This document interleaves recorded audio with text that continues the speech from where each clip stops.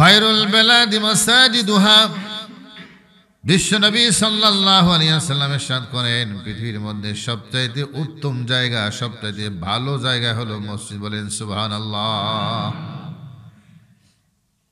দুনিয়ার সব কিছু ধ্বংস হয়ে যাবে, কিন্তু মসজিদগুলোকে আল্লাহ রাব্বুল আলামিন ধ্বংস করবেন না। দুনিয়ার যত মসজিদ আছে, বাইতুল্লাহ আছে, সবগুলো আল্লাহর ঘর। বাইতুল্লাহ শরীফ, এই বাইতুল্লাহ শরীফ কাবা শরীফের সাথে একত্রিত হয়ে সবগুলো জান্নাতের মধ্যে চলে যাবে। বলেন সুবহানাল্লাহ। তাহলে মনে করেন আমরা তো একটা জান্নাতের মধ্যেই আছি, কি বলেন?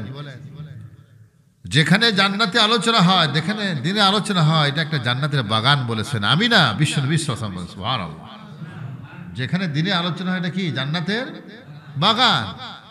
আজকে বাগান বাদ দিয়ে আমরা বাইরে ঘোরাঘুরি করছি। আমার আওয়াজ যত দূর পর্যন্ত যাচ্ছে, আমি তাদেরকে অনুরোধ করবো, আপনার মেহরবানি করে আসুন, এখানে কিছু কথা শুনুন। এই কথাগুলি শুনলে কি হবে? হৃদয়টা চার্জ হবে। চার্জ না দিলে কিন্তু আপনার ওই মোবাইলও কাজ করবে না, টর্চ ব্যাটারিও কি করবে না, কাজ করবে না। আগের যুগে মানুষ টেলিভিশন দেখতে ব্যাটারি দিয়ে, নাকি বলে, বড় বড় ব্যাটারি।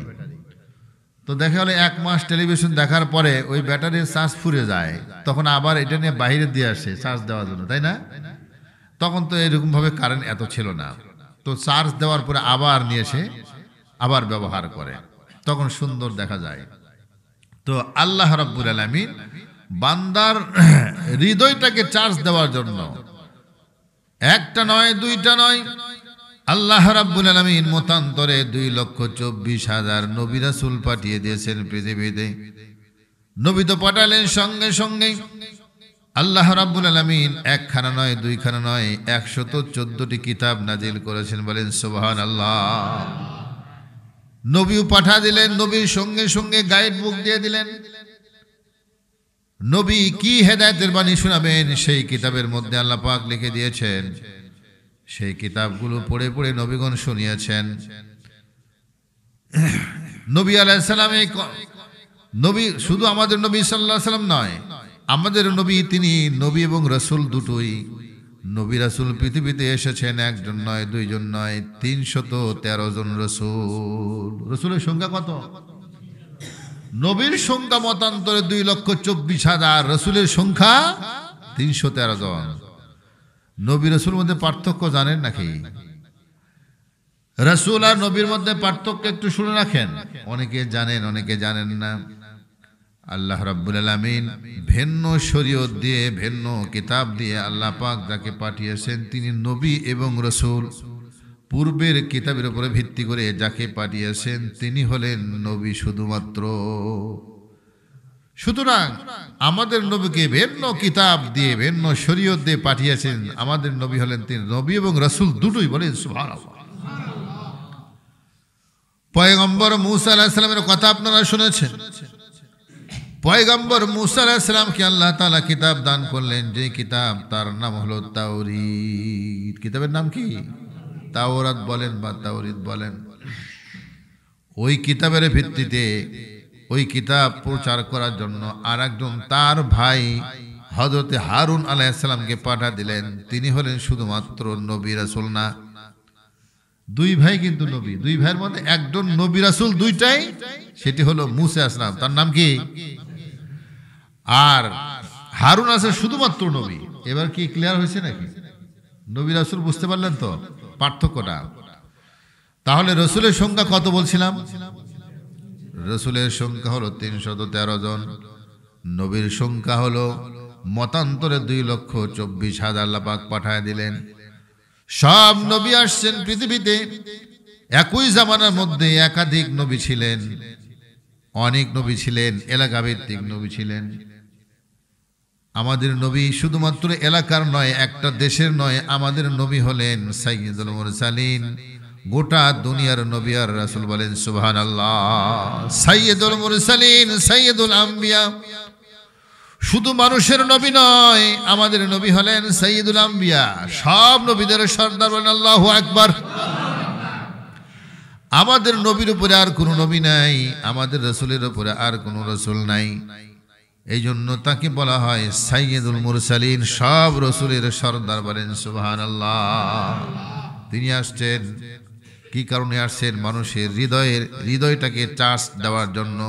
হৃদয়টাকে কি দেওয়ার জন্য? চার্জ দেওয়ার জন্য আসছেন। নবী চলে গেলেন কোথায়? মদিনা শরীফে যাওয়ার পর বললেন যে তোমাদের হৃদয়টাকে আমি চার্জ দেওয়ার জন্য আসছি। 4টি আমল তুমি যদি করতে পারো তাহলে কি হবে? তোমাদের সমাজের পরিবর্তন হয়ে যাবে। সুবহানাল্লাহ। মানে সংক্ষিপ্ত এই কথাটা আগে আলোচনা করে তারপরে যাচ্ছি আজকে আলোচনার দিকে। মানে বাসি আলোচনা একবার হোক, কি বলেন? ওটা একটু আলোচনা হোক, হ্যাঁ ওটা একটু চার্জ হোক আর কি। নবী করিম সাল্লাল্লাহু আলাইহি সাল্লাম গেলেন মদিনা শরীফে। যাওয়ার পরে সেখানে গিয়ে বললেন, ও মদিনাবাসী, আমি তোমাদের মাঝে 4টি আমল দিয়ে গেলাম, 4টি আমল নিয়ে আসছি। এই 4টি আমল তোমরা করবা।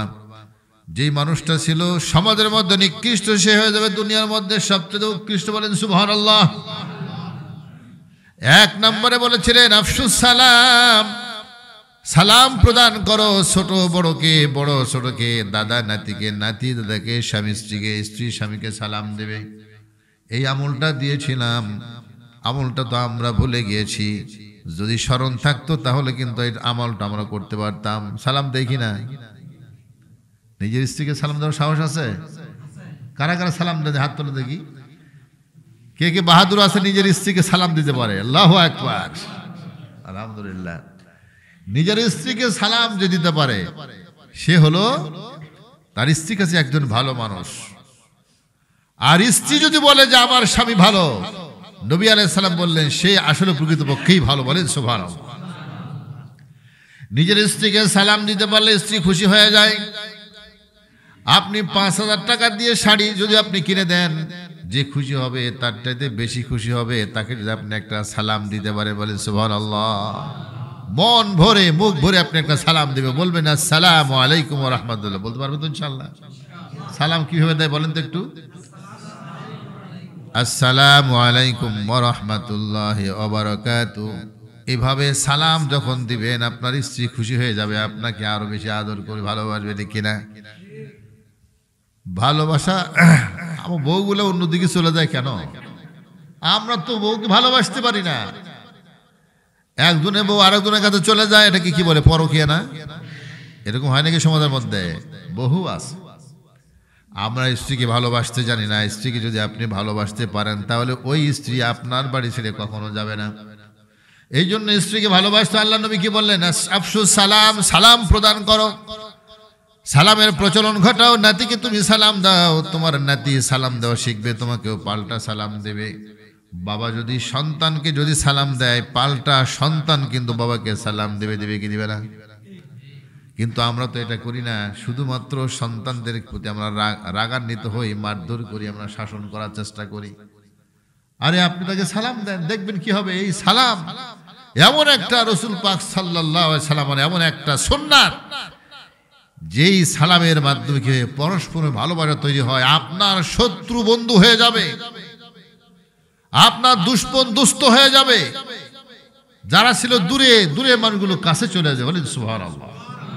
সালাম সবাই দিতে রাজি আছেন ইনশাআল্লাহ? বাসায় গিয়ে সালাম দেবেন, হয়তোবা দেখবেন অনেকে কি করবে, হ্যাঁ স্ত্রীরা টিটকারি করে, নতুন ভাক্কা শুরু করছে এসে। আচ্ছা, আর অনেকে কিন্তু বলতে পারে, বলুক না, অসুবিধা। বলবেন এতদিন আমি জানি নাই, আজকে আমল শুরু করলাম। নবীর সুন্নত এটা আমি বলেছিলাম। আফসুস সালাম 1 নম্বরে চলে গেল। 2 নম্বরে আল্লাহ নবী সাল্লাল্লাহু আলাইহি ওয়াসাল্লাম ইরশাদ করেন, আতিমুত তুআম, খানা খাওয়াও, দাওয়াত খাওয়াও। ইমাম সাহেবকে শুধু খাওয়ালে চলবে না, ইমাম সাহেবও কিন্তু মুক্তাদেরকে দাওয়াত খাওয়াবে। এখন বেতনিকেও দাওয়াত করতে খাওয়াবে নাকি?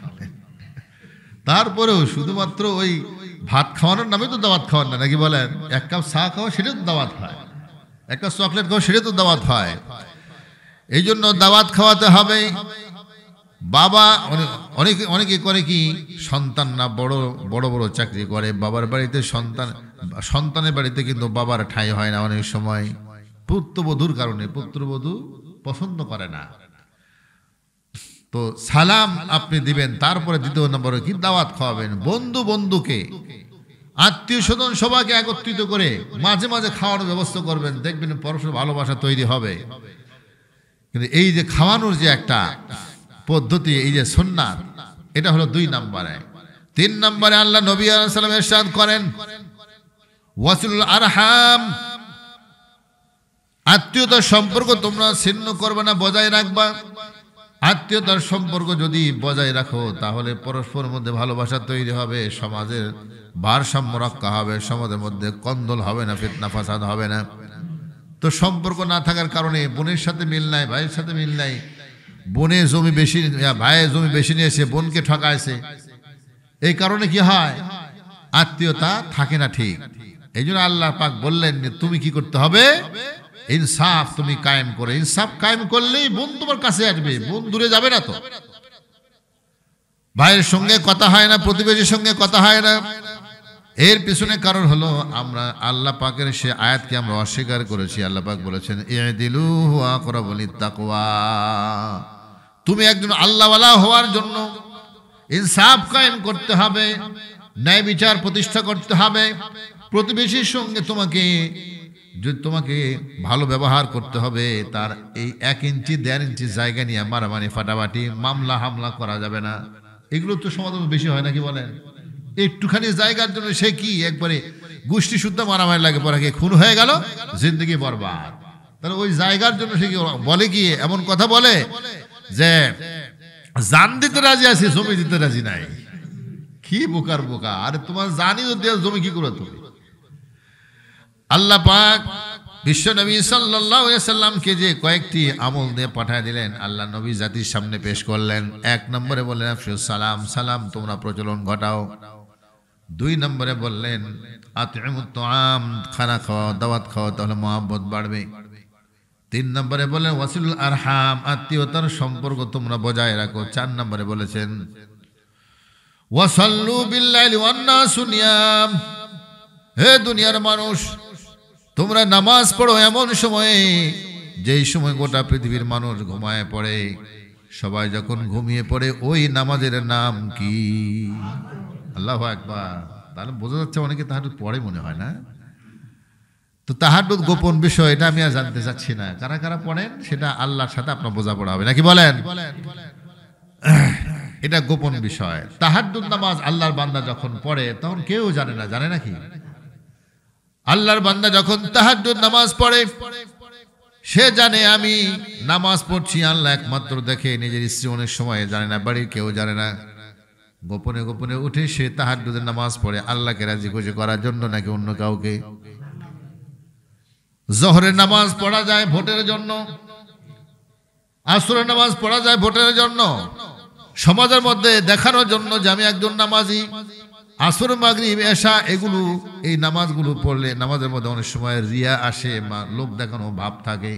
কিন্তু তাহাজ্জুদের নামাজ আল্লাহর বান্দা যখন ওঠে একমাত্র ভয় করে কাকে?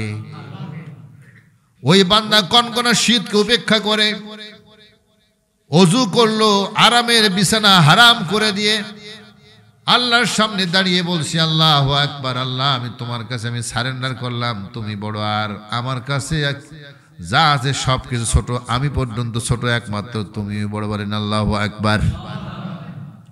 আকবার বলে আমরা যখন দাঁড়িয়ে যাই তখন নিজের আমিত্ব, নিজের বড়াই সব কিছু দুপায়ে দোলে আল্লাহ রাব্বুল আলামিনের সামনে যখন আমি দাঁড়িয়ে গেলাম, একমাত্র দেখে কে? আল্লাহ দেখে। আল্লাহর বান্দা যখন এরকম মনোভাব নিয়ে যে আল্লাহর জন্য আমি সেজদা করছি, আল্লাহর জন্য আমি রুকু করছি, কেউ দেখে না, কেউ জানে না, দেখে একমাত্র কে?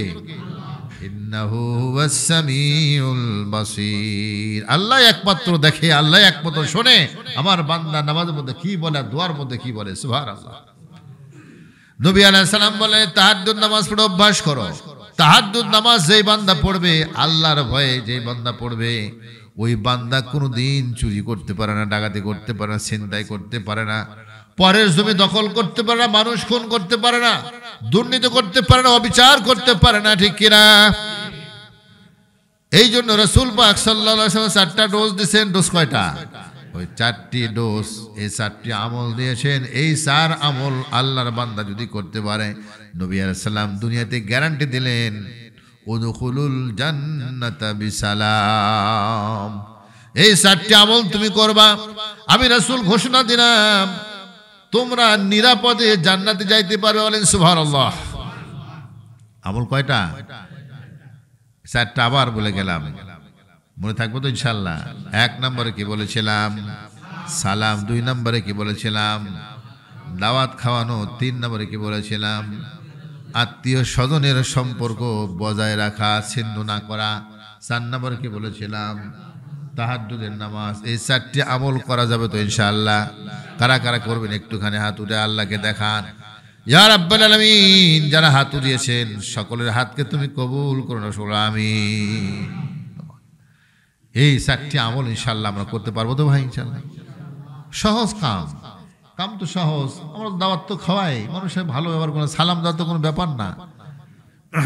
আর তাহাজ্জুদ নামাজ আপনি চেষ্টা করে আল্লাহর কাছে দোয়া করতে থাকেন, দেখবেন ইনশাআল্লাহ এই 4 আমল যেই বান্দা করতে পারবে সে এই যুগের আল্লাহর ওলি, সে এই যুগের আব্দুল কাদের জিলানী, বলেন সুবহানাল্লাহ।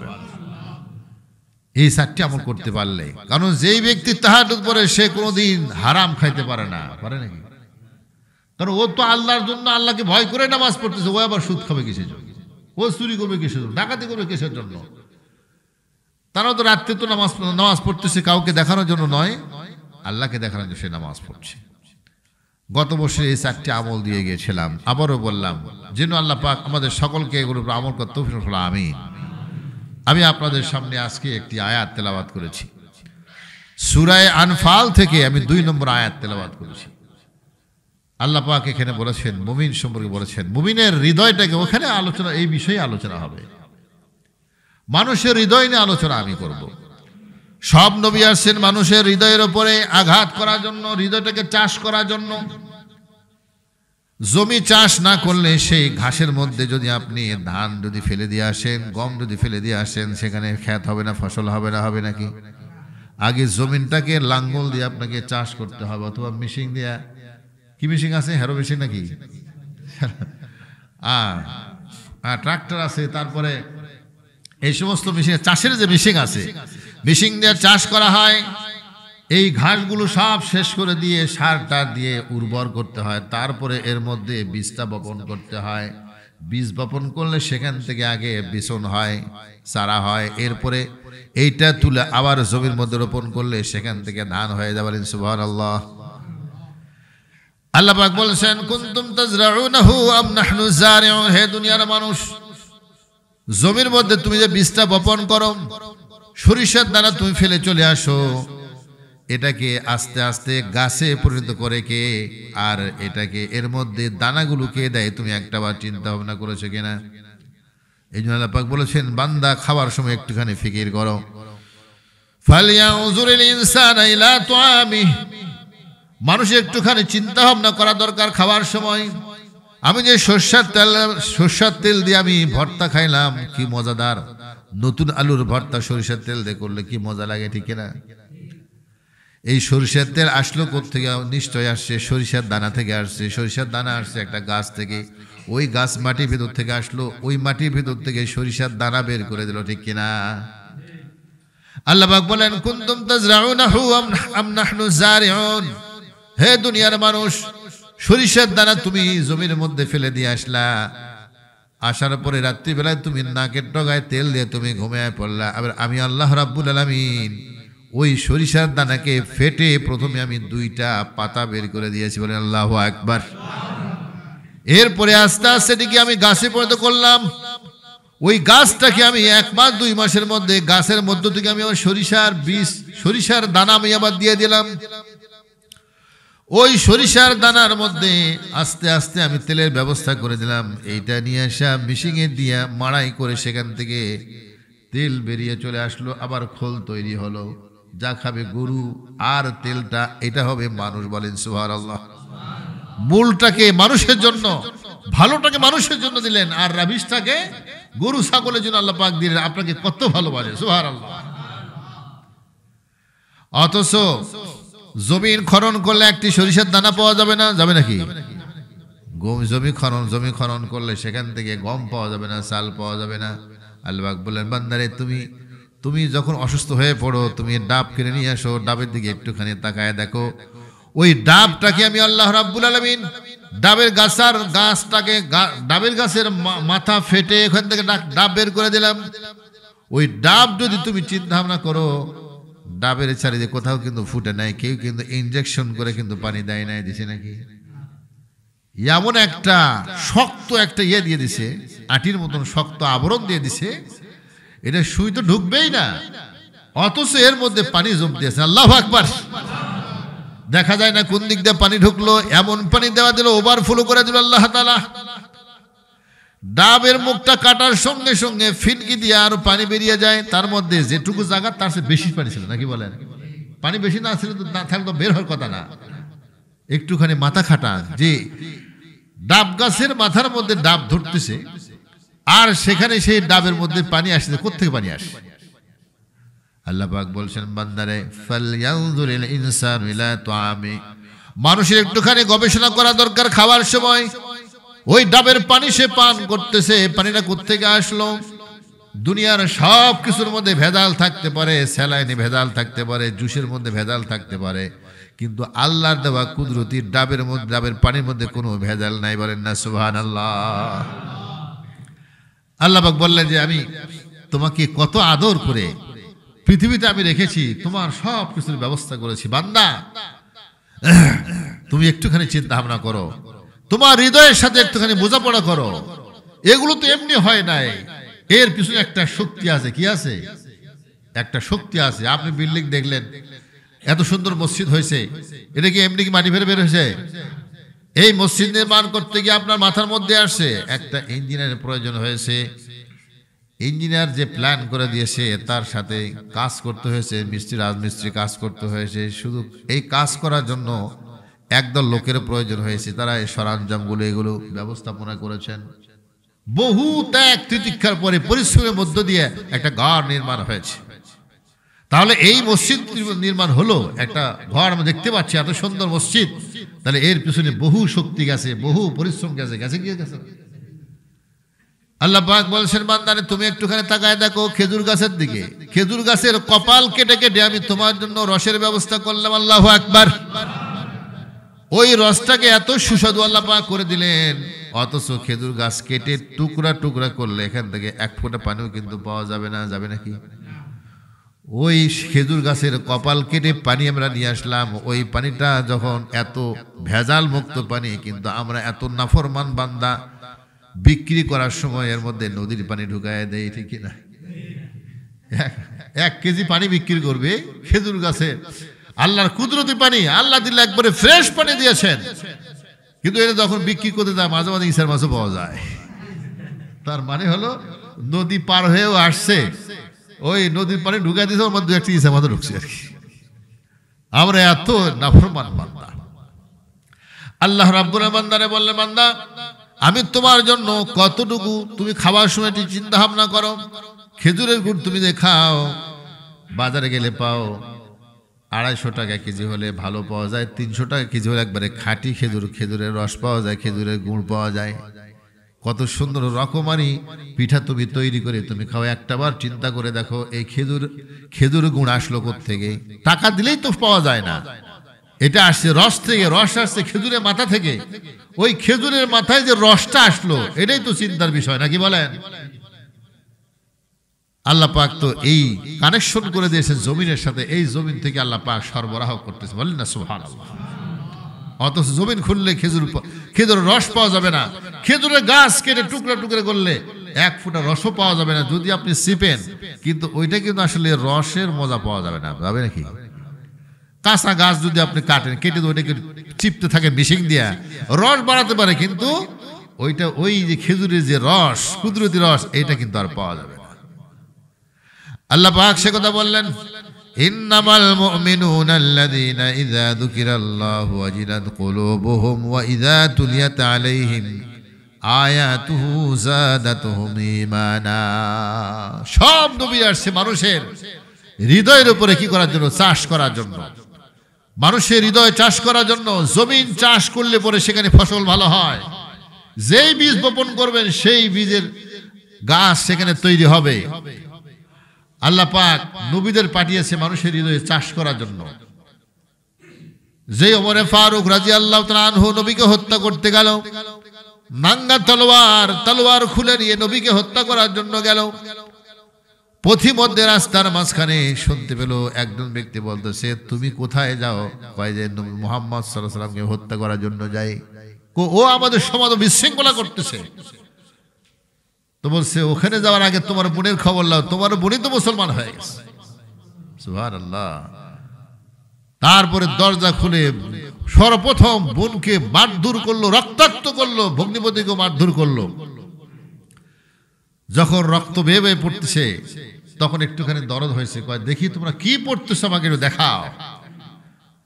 আল্লাহর কোরআন পড়ে শোনালেন। শোনানোর পূর্বেই বলছে, তোমাকে বলতেছে, দেখো আমাকে কোরআন শরীফটা দাও, একটুখানি স্পর্শ করি। কয়, না, তোমাকে দেওয়া যাবে, তুমি অপবিত্র, তুমি মুশরিক, তোমাকে গোসল করতে হবে, গোসল ছাড়া এই পবিত্র কোরআন শরীফ স্পর্শ করা যাবে না। ইন্নাহু লাকুরআনুন কারীম লা ইয়ামাসসুহু ইল্লাল মুতাহহারুন, পবিত্র লোক ছাড়া কোরআন স্পর্শ করতে পারবে না কেউ। তো গোসল করে আসার পরে বলে, একটু পড়ে শোনাও। পড়ে শুনাইছি। যখন পড়ে শুনাইছি হৃদয়ের উপর আঘাত লাগছে। আল্লাহ বলছেন, ওয়া ইযা তুলিয়াত আলাইহিম আয়াতুহু, যখন মানুষের সামনে কোরআন তেলাওয়াত করা হয় তখন তার হৃদয়টা বিগলিত হয়ে যায়, গলে যায় মোমের মতো। বলেন সুবহানাল্লাহ। জাদাতুহুম ঈমানা, ঈমানও বাড়তে থাকে। আল্লাহু আকবার। ওমরে ফারুক রাদিয়াল্লাহু তাআলা আনহুর অন্তরের মধ্যে একটা পরিবর্তন এসে গেছে। কোরআন তেলাওয়াত শোনার পরে তো বলছে, তাহলে মুহাম্মদ বিন আব্দুল্লাহর কাছে আমাকে নিয়ে চলো। সেখানে গেছে। যাওয়ার পরে নবী করিম সাল্লাল্লাহু আলাইহি ওয়াসাল্লামের কাছে গেছে। সাহাবাগণ ভয় পাচ্ছে যে ওমর আসছে এখানে। নবী বললেন, এই ওকে আসতে দাও, আসুক এখানে। যে লোকটা হত্যা করার জন্য গেল সেই লোকটা আল্লাহর কোরআন তেলাওয়াত শুনে আল্লাহ পাক মনের মধ্যে এত পরিবর্তন করে দিয়েছেন যে কোরআন তেলাওয়াত শুনে সেখানে গিয়ে বলছে, আশহাদু আল্লা ইলাহা ইল্লাল্লাহু ওয়া আশহাদু আন্না মুহাম্মাদার রাসূলুল্লাহ সাল্লাল্লাহু আলাইহি ওয়াসাল্লাম। সে কালেমা শরীফ পড়ে নিয়ে, আগে ছিল কাফের, এখন হয়ে গেছে কি মুসলমান। আগে ছিল জাহান্নামী, এখন হয়ে জান্নাতি। বলেন সুবহানাল্লাহ। তো কোরআন আসছে মানুষের হৃদয়টা কি করে চাষ করার জন্য। ইন্নামাল মুমিনুনা আল্লাযীনা ইযা যুকিরাল্লাহ, আসল মুমিন কারা? ইযা যুকিরাল্লাহ, যখন তার সামনে আল্লাহর কথা বলা হয়, হাদিসের কথা বলা হয়, কোরআনের কথা, শরীয়তের কথা বলা হয়, ওয়াজিলাত কুলুবুহুম, তার অন্তরটা উর্বর হয়ে যায়। জমিন চাষ করলে যেরকম ভাবে উর্বর হয়, যে কোনো বীজ বপন করলে সেখানে গাছ বের হয়, ঠিক তদ্রূপ ভাবে তার সামনে আল্লাহর কথা আলোচনা করলে হৃদয়টা উর্বর হয়ে যায়। এই উর্বর হৃদয়ের মধ্যে আপনি যে কথা বলবেন, কোরআনের কথা বলবেন, শরীয়তের কথা বলবেন, সঙ্গে সঙ্গে অন্তরটা গ্রহণ করে নেয়। বলেন সুবহানাল্লাহ। মানুষের 3.5 হাত বডি আছে, আল্লাহ পাক দান করছে। এই বডির মধ্যে সবচাইতে খারাপ জিনিস কোনটা বলতে পারেন? কলব। এক ভাই বলছেন আরো একটা আছে, লোকমান আলাইহিস সালাম, নাম শুনছেন নাকি? কোরআনের মধ্যে 114 সূরা আছে। কয়টা সূরা? 114 সূরার মধ্যে একটা সূরার নাম হলো লোকমান। নাম কি? সূরা লোকমান আল্লাহ পাক নাজিল করেছেন। এই জন্য আল্লাহর একজন বান্দা ছিল লোকমান নাম। অত্যন্ত বিশ্রী চেহারার মানুষ ছিলেন, কালো মানুষ ছিলেন, বেটে ছিলেন, ঠোঁটটা ছিল একবারে মোটা মোটা। ওই আফ্রিকার মানুষ দেখছেন, যারা হজে গেছেন তারা দেখছেন, কালো মত দেখছে একবার বিভৎস, অনেক আছে, এরকম আছে। তো লোকমান আলাইহিস সালাম তিনি ছিলেন একজনের গোলাম ছিলেন। উনি ছাগল চড়ান। আবার মানুষের ওই মাঠে গিয়ে যে সমস্ত লোক পায় তাদের সামনে উনি কিছু কথাবার্তা বলে অত্যন্ত জ্ঞানী কথা বলতেন। চারিদিকে তার সুনাম ছড়িয়ে গেল। লোকমান তিনি এত সুন্দর কথা বলেন, এত দামি দামি কথা বলেন, তার কথা শুনলে মানুষের হৃদয়টা পরিবর্তন হয়ে যায়। সঙ্গে সঙ্গে চারিদিকে ছড়িয়ে গেল লোকমান হলো অত্যন্ত জ্ঞানী একজন মানুষ। এই কথা যখন তার মনিব, তার মালিক যখন শুনতে পেরেছে, লোকমান আলাইহিস সালামকে ডাকলেন। বলছেন, লোকমান, আমি শুনলাম চারিদিকে তোমার সুনাম ছড়িয়ে গেছে, তুমি নাকি অত্যন্ত সুন্দর কথা বলো, জ্ঞান গর্ব কথা বলে থাকো। তোমাকে একটু পরীক্ষা করার প্রয়োজন আছে। কি এত বড় জ্ঞানী কথা বলো? বলছে, জাহাপনা, কি পরীক্ষা করবেন? তো বলছে ওই যে ছাগল পাল দেখা যাচ্ছে ওর মধ্যে থেকে তুমি একটা ছাগল ধরে নিয়ে আসবা, এইটাকে জবাই করবা, জবাই করার পরে ওই ছাগলের মধ্যে সবচাইতে ভালো যে দুইটা জিনিস আছে এটা আমার সামনে হাজির করবা। লোকমান আলাইহিস সালাম ছাগল জবাই করলেন। মানুষের মধ্যে কিন্তু দিল কলিজা আছে। কি কলিজা আছে? ছাগলের মধ্যে দিল কলিজা আছে, ওই কলিজাটা নিয়ে আসছে দিল কলিজা। আর জবান নিয়ে আসছে জিহবা। কি আনছে? এই দুইটা রান্না করে হাজির করছে। তো এখন বলতেছে, আচ্ছা লোকমান, তোমার কাছে আরেকটা আমার প্রশ্ন, সেটি হচ্ছে আরেকটা ছাগল জবাই করবা, জবাই দেওয়ার পরে তুমি সবচাইতে মন্দ যে দুইটা জিনিস আছে এটা হাজির করবা। লোকমান আলাইহিস সালাম আবার জবাই করলেন। জবাই করার পরে আগে প্রথম যে নিয়ে আসছিলেন খারাপ দুইটা, এবারে নিয়ে আসছিলেন মন্দ দুইটা। সেটা কি? ওই আগে যে দুইটা নিয়ে আসছে জিহবা আর হলো কি দিল কলিজা, পরের বারও কিন্তু ওই দুইটাই নিয়ে আসছে। লোকমান আলাইহিস সালামের মুনি এখন বলতেছে, কি ব্যাপার, তোমাকে বললাম সবচেয়ে খারাপ জিনিস নিয়ে আসো, তুমি নিয়ে আসলা দিল কলিজা আর জিহবা। আর যখন বললাম সবচেয়ে ভালো নিয়ে আসো, তখন ওই দিল কলিজা আর জিহবা নিয়ে আসলে। কারণটা কি?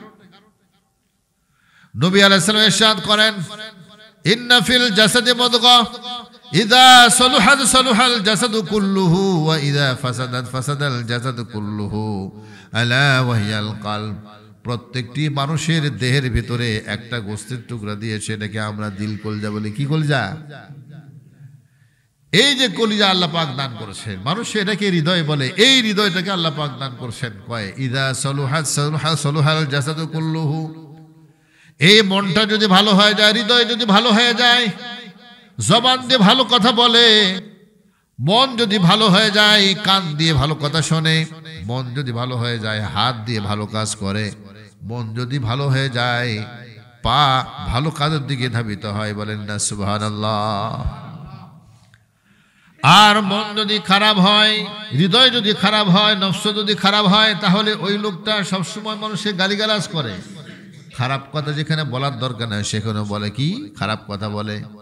আসে না? অনেকে আসে না, আমি কিন্তু সেই খারাপ, নিজে যে খারাপ সেটা আবার বলে কি আমি কিন্তু সেই খারাপ। তার মানে কি? তার নফসটা খারাপ। কি খারাপ? তার হৃদয়টা খারাপ। তো আল্লাহ রাব্বুল আলামিন লোকমান আলাইহিস সালামকে পাঠিয়ে দিয়েছেন পৃথিবীতে, তাকে কিছু জ্ঞানের ভান্ডার আল্লাহ পাক তাকে দান করেছেন। সুবহানাল্লাহ। এই জন্য তার যে সমস্ত নসিহত উনি করেছেন, উপদেশ দিয়েছেন, ওই নসিহতগুলোকে আল্লাহ পাক কোরআনের আয়াত হিসেবে বানাই আকাশ থেকে গোটা সূরা নাযিল করছেন। সুবহানাল্লাহ। লোকমান হাকিমকে আল্লাহ রাব্বুল আলামিন এত জ্ঞান দান করেছেন, তার সন্তানের প্রতি নসিহত করেছেন। সেই নসিহতগুলোকে আল্লাহ রাব্বুল আলামিন কোরআনের মধ্যে নাযিল করেছেন। তো আমরা এখান থেকে কি শিক্ষা নিলাম? তো মানুষের দেহের ভিতরে কয়টা জিনিস? দুইটা জিনিস। প্রথম নম্বর হলো কি? মানুষের কলব। এই কলব যদি ভালো হয়, নবীজি বললেন কলব ভালো হলে তোমার সব ভালো, কলব খারাপ সব খারাপ। এখন প্রশ্ন হলো, এই কলবটা ভালো করা যাবে কি করে? আল্লাহ রাব্বুল আলামিন সূরা আনফালের মধ্যে বললেন, ইন্নামাল মুমিনুনা ইযা যুকিরাল্লাহু ওয়াজিলাত কুলুবুহুম। প্রকৃতপক্ষে মুমিন, প্রকৃতপক্ষে ঈমানদার হলো তারাই, তার সামনে যদি আল্লাহর কথা বলা হয়, আল্লাহর জিকির যদি করা হয়, তাহলে অন্তরটা বিগলিত হয়। আপনি জিকির করবেন, অন্তরটা নরম হয়ে যাবে। জিকিরের মাধ্যমে কি হবে? অন্তরটা কি হয়? নরম হয়। এই জন্য জিকির সবসময় করা দরকার আছে না নাই? জিকির মানে হলো কি শুধুমাত্র সুবহানাল্লাহ, আলহামদুলিল্লাহ, এটা কিন্তু জিকির না, এটা তো আছেই। এগুলো হলো কি আল্লাহর কাছে অতি প্রিয়। আহাব্বুল কালাম ইলাল্লাহি আরবা। আল্লাহর কাছে চারটি কালাম, চারটি কথা হলো অত্যন্ত প্রিয়। এক নম্বর সুবহানাল্লাহ, দুই নম্বর আলহামদুলিল্লাহ, তিন নম্বর লা ইলাহা ইল্লাল্লাহ, চার নম্বর হলো কি আল্লাহু আকবার। সবাই বলেন সুবহানাল্লাহ, আলহামদুলিল্লাহ, লা ইলাহা ইল্লাল্লাহ, আল্লাহু আকবার। এই চারটি কলেমা আল্লাহ রাব্বুল আলামিনের কাছে অতি প্রিয়। আল্লাহ নবী সাল্লাল্লাহু আলাইহি ওয়াসাল্লাম বলেছেন, আহাব্বুল কালামি ইলাল্লাহি আরবা, আল্লাহর কাছে 4টি কালাম হলো কি অতি প্রিয়। নামাজের মধ্যে আল্লাহ পাক চালু করে দিয়েছেন, আমরা যখন দাঁড়াই তখন বলি কি আল্লাহু আকবার, বলি না আমরা? এই আল্লাহু আকবার এর পাওয়ার কত! ওয়ালা যিকরুল্লাহি আকবার, আল্লাহর জিকির হলো সবচেয়ে বড়, আর দুনিয়ার সব ছোট। বলেন সুবহানাল্লাহ। এটা আমার কথা না, আল্লাহ বলছে ওয়ালা যিকরুল্লাহি আকবার, আল্লাহর জিকিরটা সবচেয়ে বড়। এই জন্য আল্লাহ পাক প্রথমে নামাজে শুরু করার সময় বলে দিলেন কি, বলতে হবে কি আল্লাহু আকবার। বড় কথা, দামি কথা, ভালো কথা বলে তুমি শুরু করো আল্লাহু আকবার বলে, আল্লাহু আকবার বলে। নামাজের মধ্যে জিকির আল্লাহ পাক চালু করে দিয়েছেন। যখন আবার রুকুতে যায় তখন কি বলি, বলেন না, কি বলতে হয়? আল্লাহু আকবার। রুকুর থেকে যখন আমরা দাঁড়াই তখন কি বলতে হয়? সামি আল্লাহু লিমান হামিদা, এটাও কিন্তু আল্লাহর জিকির। রব্বানা লাকাল হামদ, এটাও কিন্তু আল্লাহর জিকির, ঠিক কিনা? আবার যখন আমি সিজদার মধ্যে চলে গেলে কি বলতে হবে, বলেন না? আল্লাহু আকবার বলে সিজদা দিতে হবে। সিজদা থেকে যখন আপনি উঠলেন তখন বলতে হবে আল্লাহু আকবার। যতবার নামাজের মধ্যে ওঠা বসা, সিজদা করা, রুকু করা, সব ক্ষেত্রে আমাকে বলতে হয় কি আল্লাহু আকবার, আল্লাহর জিকির। এই যে জিকির আল্লাহ পাক চালু করেন, শুধু তাই না, যখন রুকুর মধ্যে গেছেন তখন কি বলতে হচ্ছে কি সুবহানা রাব্বিয়াল আযীম। সিজদার মধ্যে গেলেন তখন বলেন সুবহানা রাব্বিয়াল আলা। তো গোটা নামাজ আল্লাহ পাক জিকির বানাইছে, বলেন সুবহানাল্লাহ। তো নামাজ যদি আমি আপনি পড়ি তাহলে কি হবে, মানুষের হৃদয় তখন কি নরম হয়। দেখবেন যে ব্যক্তি নামাজি, প্রকৃতপক্ষে যে নামাজি, মানুষকে দেখানোর জন্য না, আসল যে নামাজি, প্রকৃতপক্ষে নামাজি, সেই লোকটা কিন্তু অবশ্যই তার দিলটা নরম। আবার কোরআন তেলাওয়াতকে জিকির করা হয় যে ইন্না নাহনু নাযালনা যিকরা ওয়া ইন্না লাহু লাহাফিজুন, আমি আল্লাহ পাক কোরআন নাজিল করেছি। আল্লাহ এখানে বলছে, কোরআনকে জিকির বলছেন। নাহনু নাযালনা যিকরা, আমি জিকির নাজিল করেছি, অর্থাৎ আমি কোরআন নাজিল করেছি। এই কোরআন তুমি পড়বা, তেলাওয়াত করবা। তেলাওয়াত করলে কি হবে, আপনার হৃদয় গলে যাবে। হৃদয়টাকে আপনাকে কি করতে, অনেকে বলে কি ভালো একটা মনের মানুষ চাই, যুবকরা বলে ভালো একটা মন চায়, যুবতী মেয়েরা বলে কি ভালো একটা মন চায়, কথা বলে না? ভালো মন চায় মানে কি, ভালো মনে একটা মানুষ চায়। তো ভালো মনের মানুষ সবাই কিন্তু কামনা করে। আপনি যখন বর খুঁজবেন মেয়ের জন্য, তখন আপনি কি করবেন? বর খোঁজার জন্য যে শুধু ওই দেহধারে একটা মানুষ দেখবেন, নাকি তার চরিত্র দেখবেন? চরিত্রের সাথে মানুষের কলবের সম্পর্ক। চরিত্রবান আমি একটা ছেলে চাই, যেই ছেলে মদ খায় না, ঘুষ, তারপরে মদ খায় না, তারপরে কি বলে এখন নতুন কি নাম সে সব, হ্যাঁ, বাবা খায় না, ইয়াবা খায় না, এই নেশার মধ্যে সে নেশার জগতে পা দেয় নাই, এরকম একটা ছেলে চায়, কর্মটা একটা ছেলে চায়।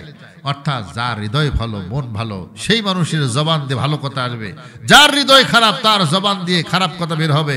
যার হৃদয় ভালো, তার কান দিয়ে সে কি করবে, ভালো কথা শুনবে, ওস্তাদের কথা শুনবে, বাপের কথা শুনবে, মায়ের কথা শুনবে। আর হৃদয় যদি খারাপ হয়ে যায় তাহলে সে কি করবে, বাপের সঙ্গে বেয়াদবি, মায়ের সঙ্গে বেয়াদবি, পাড়ার লোকের সঙ্গে বেয়াদবি করবে। এরকম আছে না? তার মানে কি, তার নফস নষ্ট হয়ে গেছে।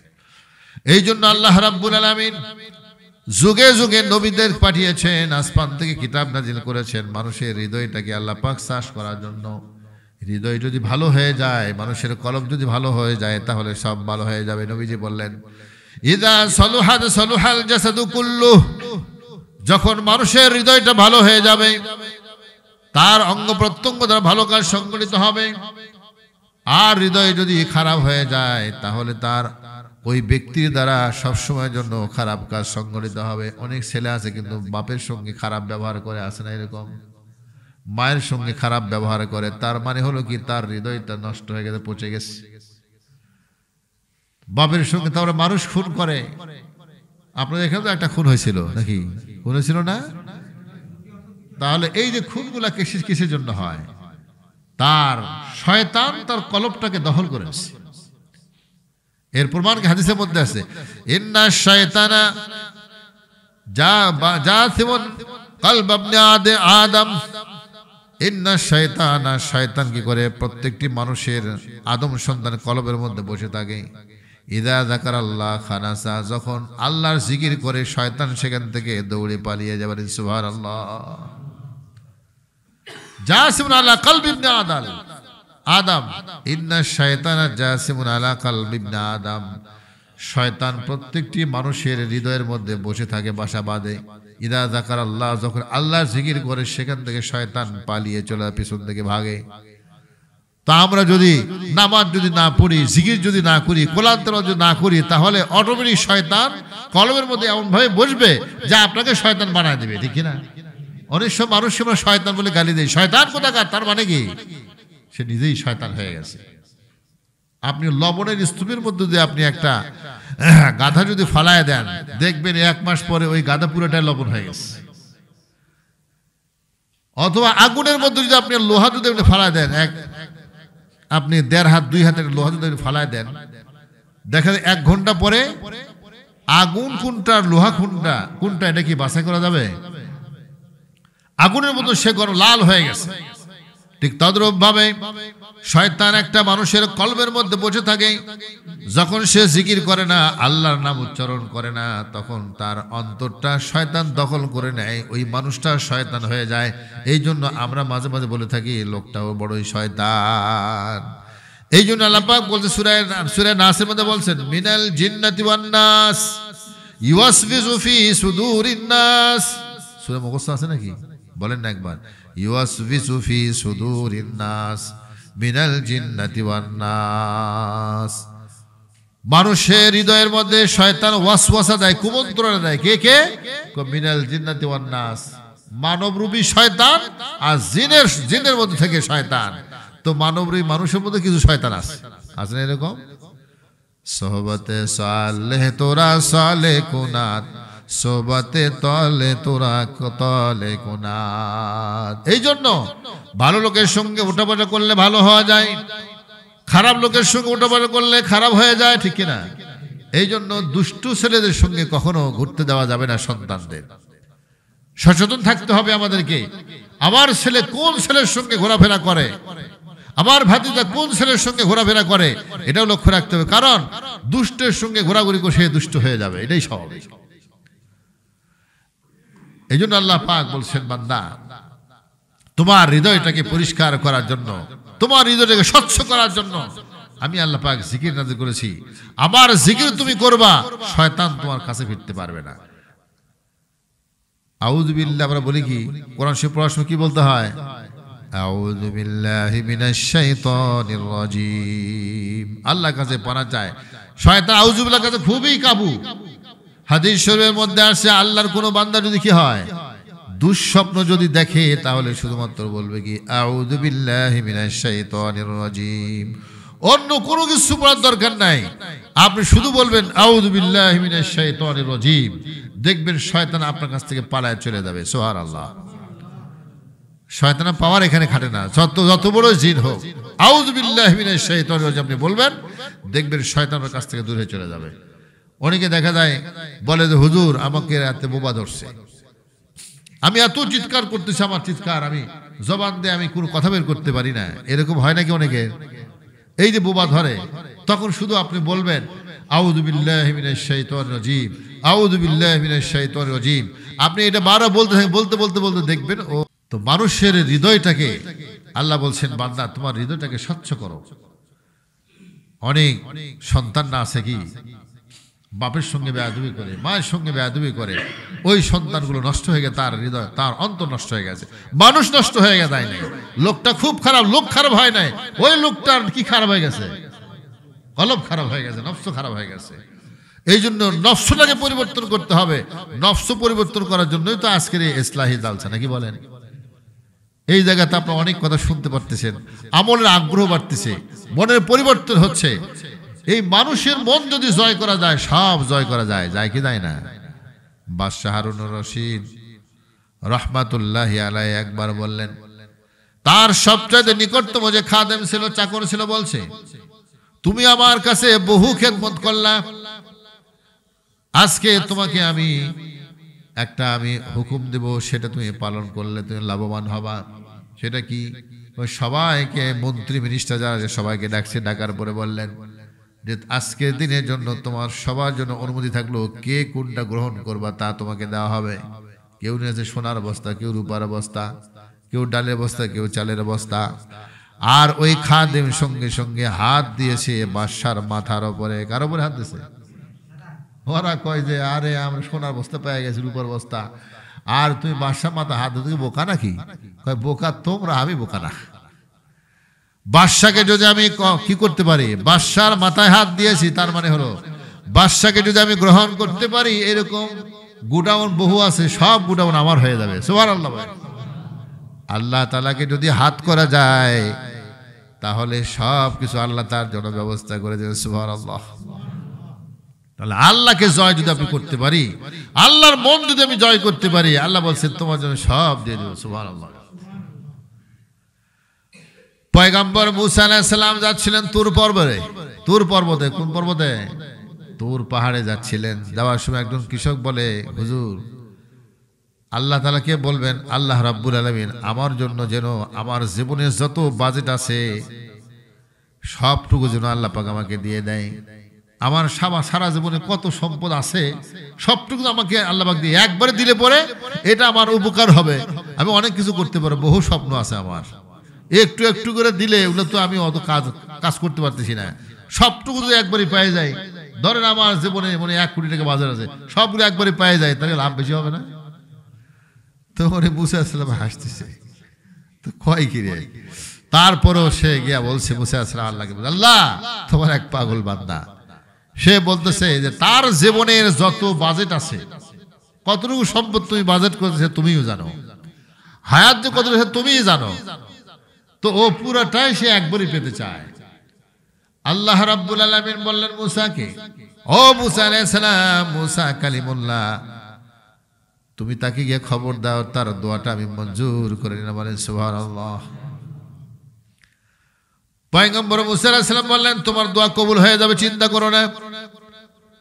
কিছুদিন যাওয়ার পরে হযরত মুসা আলাইহিস সালাম চিন্তা করলেন তার দোয়া তো কবুল হয়েছে, দেখি না কি করেছে। গিয়ে দেখেন এমন অবস্থা, প্রায় 1 বছর পরে গেছে মুসা আলাইহিস সালাম, গিয়ে দেখে বহু সম্পদের মালিক হয়ে গেছে। সেখানে মেহমান খানার আয়োজন করছে, হাজার হাজার মানুষ আসে, খায় আর যায়। বিশাল আলিশান অট্টালিকা তৈরি করছে, বিশাল বিশাল প্রাসাদ নির্মাণ করেছে। মুসা আলাইহিস সালাম হতবাক হয়ে গেলেন, আল্লাহকে বলছি, ইয়া রাব্বুল আলামিন, এটা কি ঘটলো? একজন সাধারণ কৃষক মানুষ, এর জীবনে এত বাজেট ছিল তা তো আমি জানি না। আল্লাহ পাক বললেন যে ওর সঙ্গে আমার একটা ব্যবসা হয়ে গেছে। সুবহানাল্লাহ বলেন। ব্যবসাটা হলো কি, আমি যা সম্পদ দিয়েছি এই সম্পদটা নিজের ব্যক্তিগত কাজে কিন্তু লাগায় নাই, বরং আমার রাস্তায় ফি সাবিলিল্লাহ সে ব্যয় করে। বলেন সুবহানাল্লাহ। যার বাড়ি নাই তাকে বাড়ি করে দিয়েছে, যার ঘর নাই ঘর করে দিয়েছে, যার খাবার নাই তাকে খাবারের ব্যবস্থা করে দিয়েছে, আর যত গরিব মিসকিন আছে সবার জন্য সেখানে নোংরখানা খুলছে খাওয়ার জন্য। মানুষ খায় আর সেখান থেকে চলে যায়। তো আমার ঘোষণা হলো ওয়ায়ুরবিস সাদাকাত, আল্লাহর বান্দা যখন সাদাকা করে, সাদাকা করলে আমি আল্লাহ রাব্বুল আলামিন তার সম্পদ আরো বাড়ায় দেই। বলেন সুবহানাল্লাহ। আল কালিমাতুত তাইয়্যিবা সাদাকাত, বুখারী শরীফের হাদিস। ভালো কথা বলে এটাও সাদাকা। তো আপনি ভালো কথা যখন আমি বলবেন, মানুষকে নসিহত করে উপদেশ দিবেন, সে গ্রহণ করলো কি না করলো সেটা পরের বিষয়, কিন্তু এটাকেও সাদকা বলে ঘোষণা করেন। বলেন সুবহানাল্লাহ। তো আল্লাহ রাব্বুল আলামিন মানুষের হৃদয়টা কি করেছেন, ওই বান্দার হৃদয়ে আল্লাহ পাক যাচাই করছেন, ও আল্লাহর মন জয় করেছে। তো আল্লাহর মন কিভাবে জয় করলো? যে আল্লাহ তাআলা যে সম্পদ দিয়ে সে আল্লাহর রাস্তায় ব্যয় করেছে। তো আল্লাহর মন জয় করার কারণে আল্লাহ ঠিক আছে, তুই আমার পথে এগিয়ে আসলে, আমি তো ঘোষণা করছি, কেউ যদি আমার দিকে 1 পায়ে এগিয়ে আসে আমি তার দিকে 2 পায়ে এগিয়ে যাই, কেউ যদি হেঁটে হেঁটে আসে আমি তার দিকে দৌড়ে আমি চলে যাই। বলেন সুবহানাল্লাহ। আমার কাছে আসতে চাইলে আমি আল্লাহ রাব্বুল আলামিন তার একটা নয় দুইটা নয়, ওয়াল্লাযীনা জাহাদু ফীনা লানাহদিয়ান্নাহুম সুবুলানা, যারা আমার পথে আসতে চায় আমি একটা নয় দুইটা নয় বহু পথ হেদায়েতের জন্য খুলে দিই। বলেন সুবহানাল্লাহ। এজন্য আল্লাহ রাব্বুল আলামিন বান্দাকে বলছে, বান্দা আমার দিকে তুমি আসো, জান্নাতের পথে তুমি আসো, তোমার জন্য বহু পথ খুলে দেওয়া আছে। হযরত বাযজিদ বুস্তামি রাহমাতুল্লাহ আলাইহি, বায়জিদ বুস্তামি নাম শুনছেন তো? হযরত বায়জিদ বুস্তামি রাহমাতুল্লাহ আলাইহি ঘুমিয়েছে। তো ঘুমের মধ্যে তো বায়জিদ বুস্তামি ইন্তেকাল করছে। ইন্তেকাল করার পরে তার একজন আল্লাহর ওলি, তার একজন মুরিদ, উনি স্বপ্ন দেখলেন ঘুমের মধ্যে। ঘুমের মধ্যে স্বপ্নে বলতেছে যে হুজুর, আপনার সঙ্গে আল্লাহ কেমন ব্যবহার করেছে, আপনি তো ওপরে চলে গেছেন। কয় আল্লাহ রাব্বুল আলামিন আমাকে জিজ্ঞাসা করেছে অনেক কথায়, প্রায় আমি ধরা খেয়ে গিয়েছিলাম। মুরিদ তখন চিন্তা করলো, আরে বায়জিদ বুস্তামি গোটা বিশ্বের মানুষ তাকে চিনে, আল্লাহর ওলি, তার যদি এই অবস্থা হয় তাহলে আমাদের কি অবস্থা হবে? জিজ্ঞাসা করলেন হুজুর বলেন তো ঘটনা কি? তো বলছে আল্লাহ রাব্বুল আমাকে জিজ্ঞাসা করলেন, হে বায়জিদ, তুমি আমার জন্য কি হাদিয়া তুমি নিয়ে আসছো? বায়জিদ বুস্তামি চিন্তা করতেছে যে আল্লাহ তো মহান, অনেক বড়, তো বড় জনের জন্য বড় কিছু হাদিয়া দেওয়া লাগে নাকি বলেন? চেয়ারম্যানের কাছে যাচ্ছে নাকি ওই বাদাম লেগে গেলে হবে তাই? জামাই হলো কি 14 গোষ্ঠী বড় জামাই বাড়ি আপনি যাচ্ছেন, জিলাপি লেগে গেলে কাম হবে তাই? প্রথম বিয়ের বাড়ি আপনি যাচ্ছেন, ওই সরভাজা নিয়ে গেলে তো কাম হবে না। তো সেখানে যাইতে হবে কি নিয়ে? ও আকবরিয়া অথবা এশিয়ার মিষ্টি নিয়ে তারপর দেওয়া লাগবে, তারপর তারা খুশি হবে। এখন উনি চিন্তা করলেন বায়জিদ বুস্তামি, হারে আল্লাহকে আমি কি দিব? আল্লাহ তো যত বড়, তো বড় জিনিস কি পাওয়া যায়? চিন্তা করলে একবার চিন্তা করে নামাজ বলি আল্লাহকে, আল্লাহর নামাজ নিয়েছি। আবার চিন্তা ভাবনা করে নামাজের মধ্যে ঘাটতি থাকতে পারে, নামাজের মধ্যে লোক দেখানো থাকতে পারে। নামাজ ভোটের জন্য পড়া হয় না? ভোট আসলে দেখবে গাড়ি বন্ধু তুই মাদার দিয়ে একবারে যায় নামাজ আর নামায় না ভোটের আগে দিয়ে। মানুষ এটা কি আল্লাহর জন্য পড়ে নাকি ভোটের জন্য? বায়জিদ বুস্তামি চিন্তা করলো নামাজের মধ্যে কি থাকতে পারে? ভেজাল থাকতে পারে। আবার চিন্তা করলেন আমি যে যাকাত দেই, দান খয়রাত করি, আবার চিন্তা করে যাকাত মানুষ দেয় কিন্তু মানুষকে দেখানোর জন্য দেয়। অনেকে কয় কি, আমি এত দান করছি আমার নাম নাই কেন? আলমারি একটা দেয় লেখা তুই একেবারে বিশাল করে, মানে আলমারি তার জায়গা নাই, এত সুন্দর করে নাম লেখছে, অমুকে দান করছে, অমুক তমুক, এরকম আছে অনেকে আছে দান করে, অনেক জায়গা দেখছি আমি। দানের মধ্যে ভেজাল থাকতে পারে। হজ করে আসছে, হাজী সাহেব না বললে মন খারাপ আছে না? দেখো তাহলে হজের মধ্যে ভেজাল থাকতে পারে। উনি চিন্তা করে কি করা যায়, কোন আমল আল্লাহকে আমি দেই। শেষে চিন্তা করলেন তাওহীদ। আল্লাহকে বললাম আল্লাহ তোমার জন্য আমি তাওহীদ নিয়ে আসছি, এক আল্লাহ ছাড়া কোনো মাবুদ নাই, সেজদা করি একমাত্র তোমার জন্য, রুকু করেছি তোমার জন্য, এর মধ্যে কোনো ভেজাল নাই। আল্লাহ পাক বললেন উযকুর লাইলাতাল বান, হে ভাইজি স্মরণ করো ওই যে এক রাত্রি দুধ খাইছিলা, দুধ খাওয়ার পরে পেটের মধ্যে ব্যথা আরম্ভ হয়েছে, তুমি বলেছিলে যে এই দুধটা খাওয়ার জন্য পেটে ব্যথা আরম্ভ হয়ে গেছে। আল্লাহ পাক বললেন তুমি না বলেছিলে আল্লাহ ছাড়া কোনো মাবুদ নাই, সব শক্তির মালিক একমাত্র কে? নাকি জনগণ? আজকাল তো মানুষ হয় কি জনগণ সকল শক্তির উৎস, নাউজুবিল্লাহ। জনগণ নাকি প্রভু বলে, আজকে কথা বলা শুরু করে দিয়ে জনগণে আমাকে প্রভু, এই কথা বলছেন অনেকে। তাহলে সকল শক্তির মালিক একমাত্র কে? আল্লাহ পাক, সব শক্তির মালিক। বায়জিদ বুস্তামি জিজ্ঞাসা করলেন বায়জিদ তুমি না বলেছিলে সব ক্ষমতার মালিক হলো একমাত্র আল্লাহ, সকল শক্তি উৎস একমাত্র আল্লাহ, আবার তুমি বললা দুধ খাওয়ার কারণে আমার পেটের মধ্যে ব্যথা আরম্ভ হয়ে গেছে, তার মানে হলো কি আমার চাইতে দুধের শক্তি বেশি নাকি? তাহলে এখানেও ভেজাল হয়ে গেল নাকি বলেন? এখন নিরুপায় হয়ে গেছে। এখন চিন্তা করে আল্লাহ আমি কি আর করি, আমার তো বাঁচার উপায় নাই।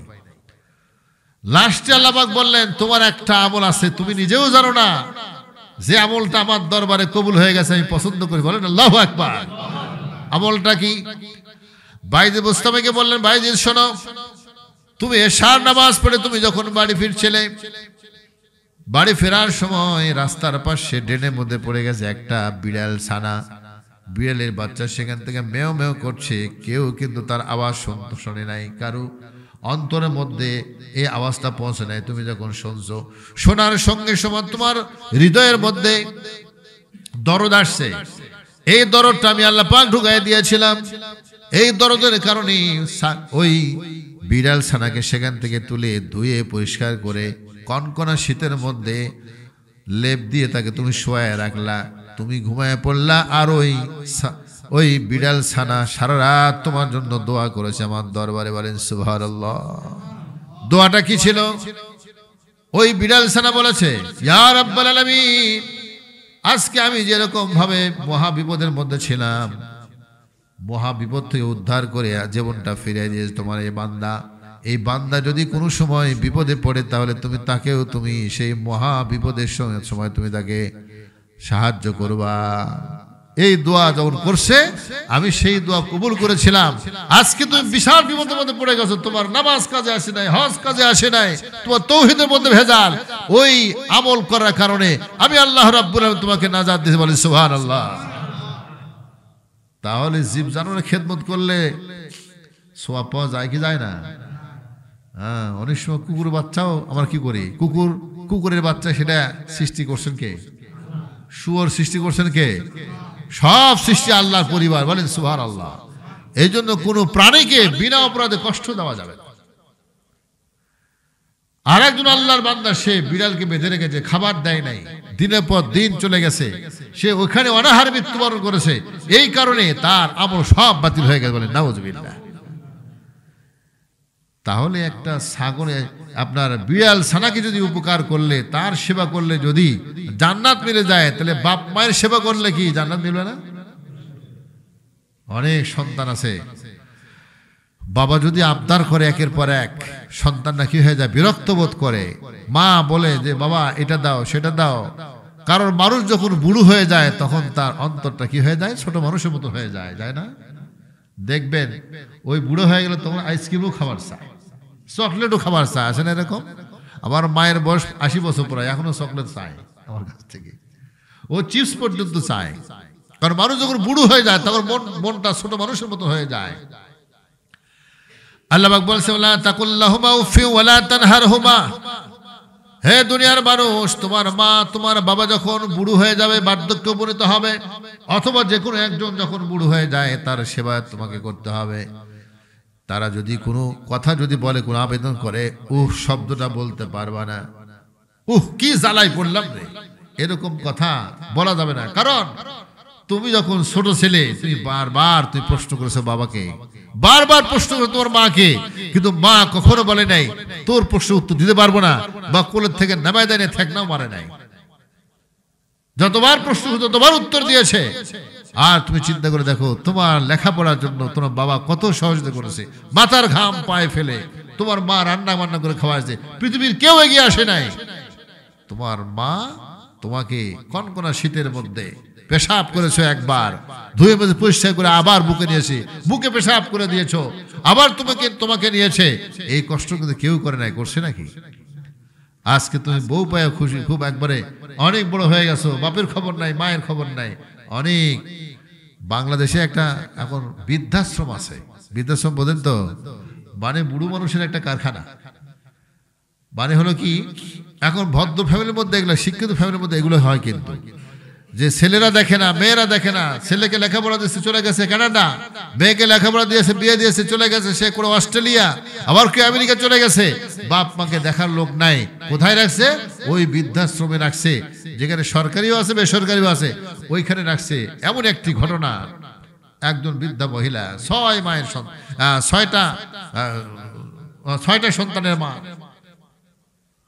কান্না করছে আর বলে, সন্তানদেরকে পেটে ধরলাম, একদিন নয়, 2 দিন নয়, 9 মাস 10 মাস পেটে ধরলাম, সন্তানকে লালন পালন করলাম, কত কষ্ট করে বড় করলাম। ওই সন্তানগুলো আমাদেরকে দেখে না, বৃদ্ধাশ্রমে রেখে গিয়েছে তার স্ত্রীর ভয়ে।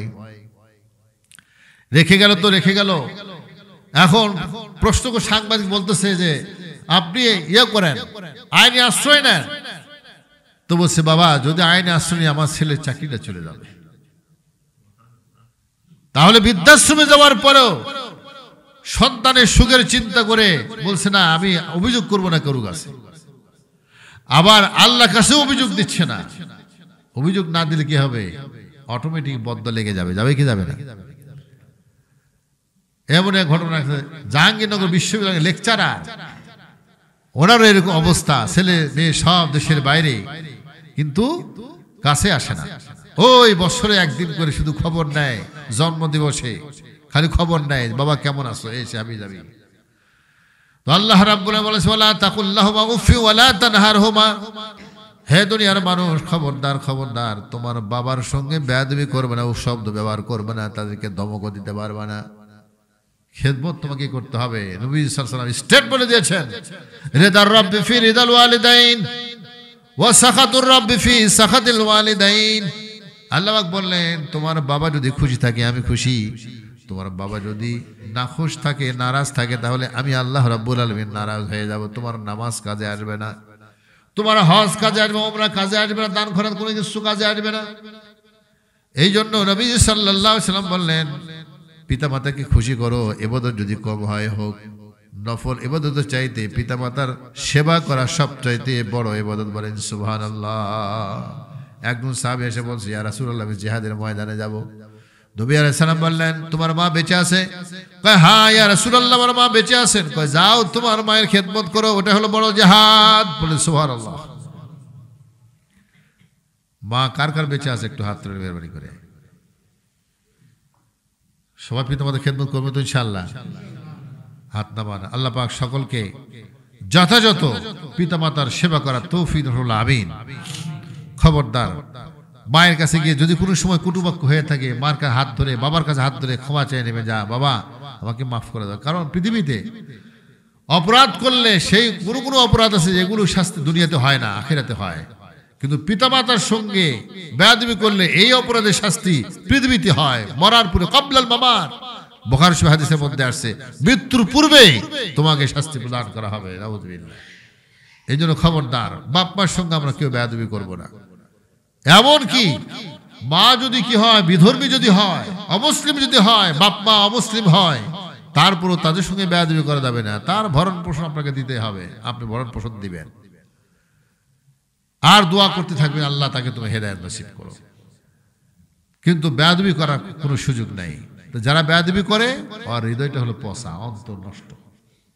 এই জন্য ভালো মন, ওই যা আপনার খতিব সাহেব ওয়াজ করতেছিলেন, ইল্লা মান আতাল্লাহু বিকলবিন সালিম।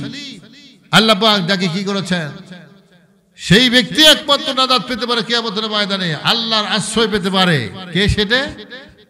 সে কে? বসে মান আতাল্লাহু, ইল্লা মান আতাল্লাহু বিকলবিন সালিম। যাকে আল্লাহ পাক কলবে সালিম দান করছেন, অর্থাৎ সুস্থ হৃদয় আল্লাহ পাক যাকে দান করেছেন, স্বচ্ছ হৃদয় যাকে আল্লাহ পাক দান করেছেন, ওই মানুষটা ছাড়া আর কেউ নাজাত পাবে না।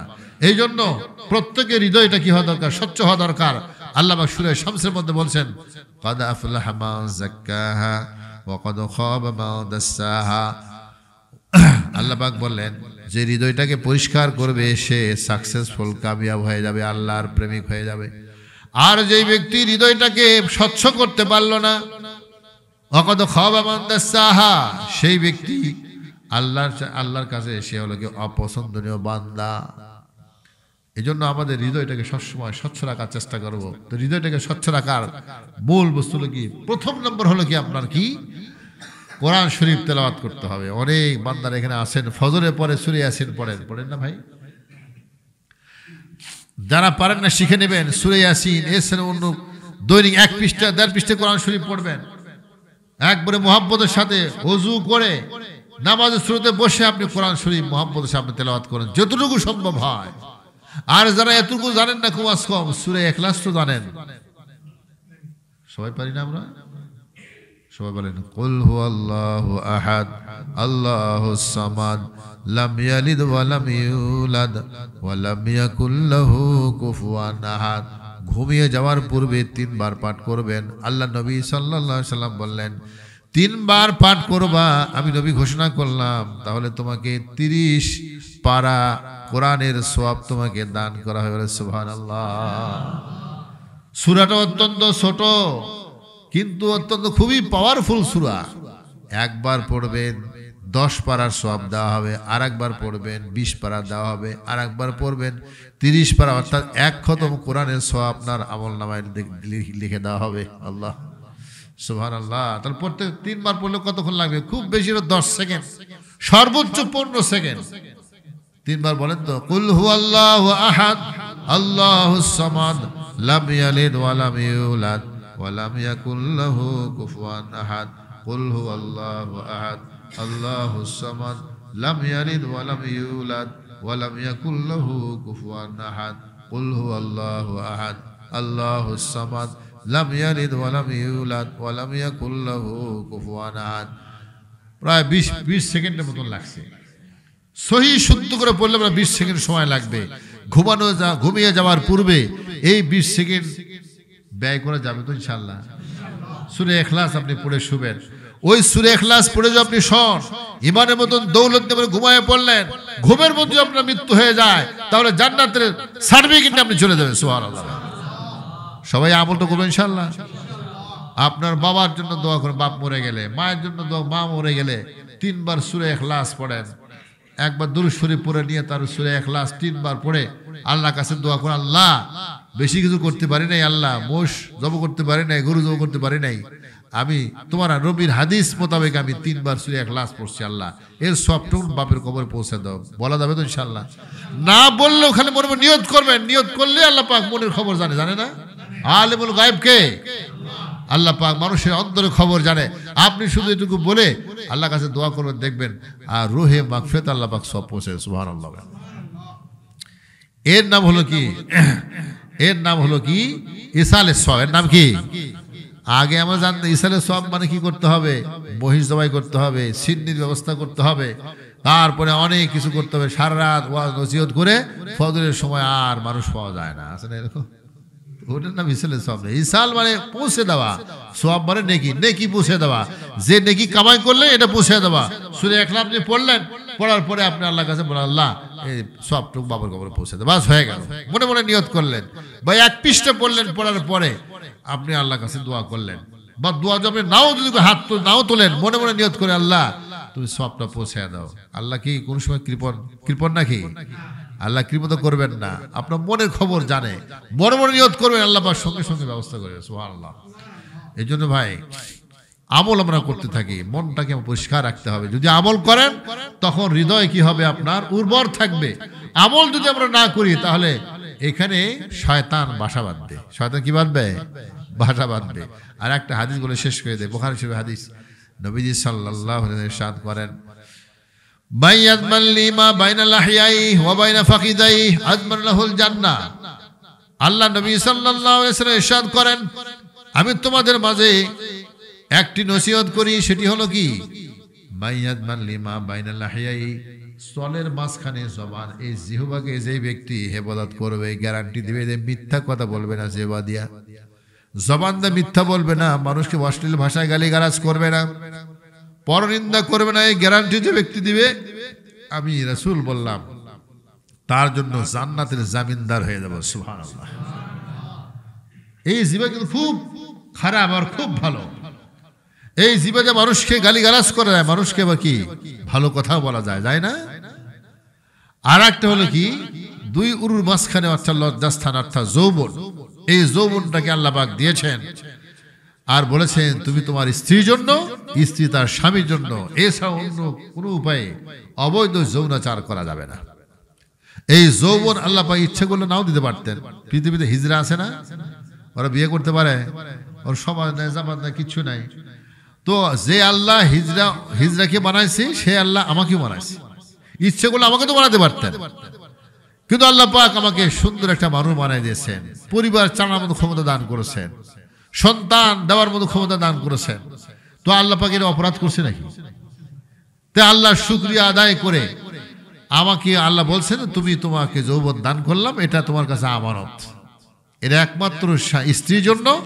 স্ত্রীকে বলছেন তুমি তোমার স্বামীর জন্য, খবরদার পরকিয়া করবে না। পরকিয়া করলে আল্লাহর নাফরমানি হয়ে গেল। আল্লাহ কি হয়ে গেল? নাফরমানি হয়ে গেল। এই যৌবনকে হেফাজত করা হলো, সংরক্ষণ করা হলো না। নবী বললেন তোমার যৌবনকে, তোমার জবান আর যৌবন কয়টা জিনিস? জবান আর কি? যৌবন। তো যৌবনের সাথে হৃদয়ের কানেকশন আছে, তার মানে ওই ঘুরে ফিরে এক জায়গাতে আসতেছে, নাকি বলেন? কলবের কাছে আসতেছে। তাহলে জবান আর যৌবন এই দুইটা তুমি হেফাজত করবা।